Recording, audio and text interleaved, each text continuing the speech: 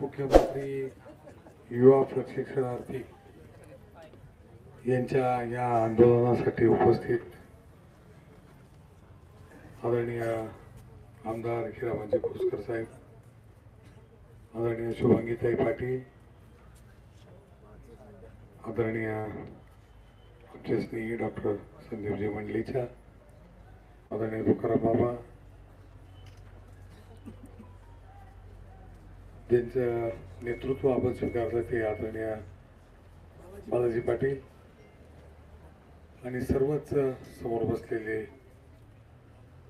युवा प्रशिक्षणार्थी, त्यांनी 6 आणि 5 असे 11 महिने तिथे काम केलं. तिथं आपल्याला पुन्हा काम मिळावं, जे आदरणीय मुख्यमंत्री, माजी मुख्यमंत्री यांनी जे आश्वासन दिले त्याचं पूर्तता व्हावी यासाठी हे आंदोलन चालू आहे.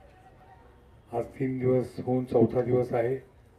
कालच मला फोन आला रात्री आणि सकाळी शुभंगताईंचाही फोन आला आणि मग तुम्हाला भेट देण्यासाठी, तुम्हाला पाठिंबा देण्यासाठी मी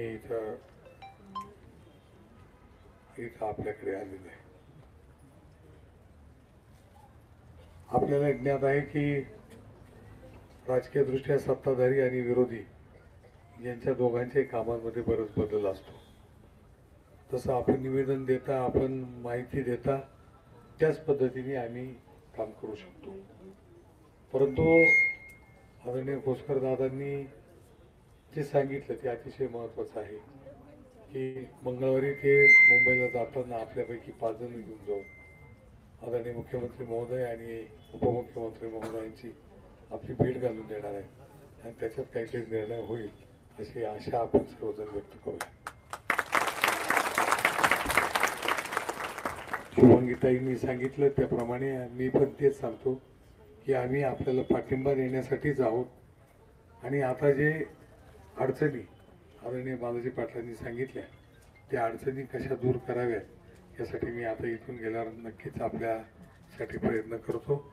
एवढंच या निमित्तानं सांगतो. आपल्या सर्वांना आपलं आंदोलन जे आहे त्या आंदोलनाला मी माझ्या वतीने आणि माझ्या पक्षाच्या वतीने जाहीर असा पाठिंबा देतो आणि थांबतो. जय हिंद.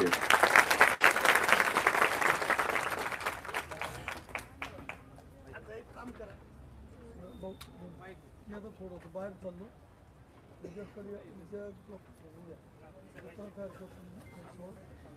आहे. थोडंसं माणूस एकदम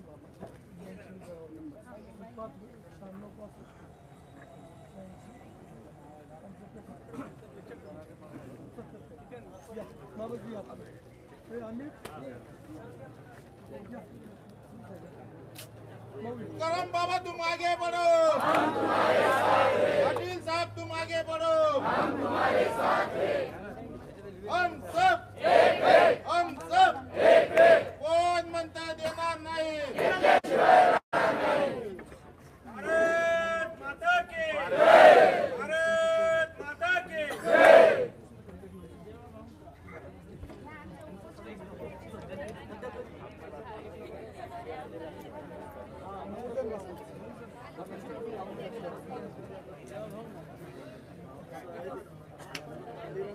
हो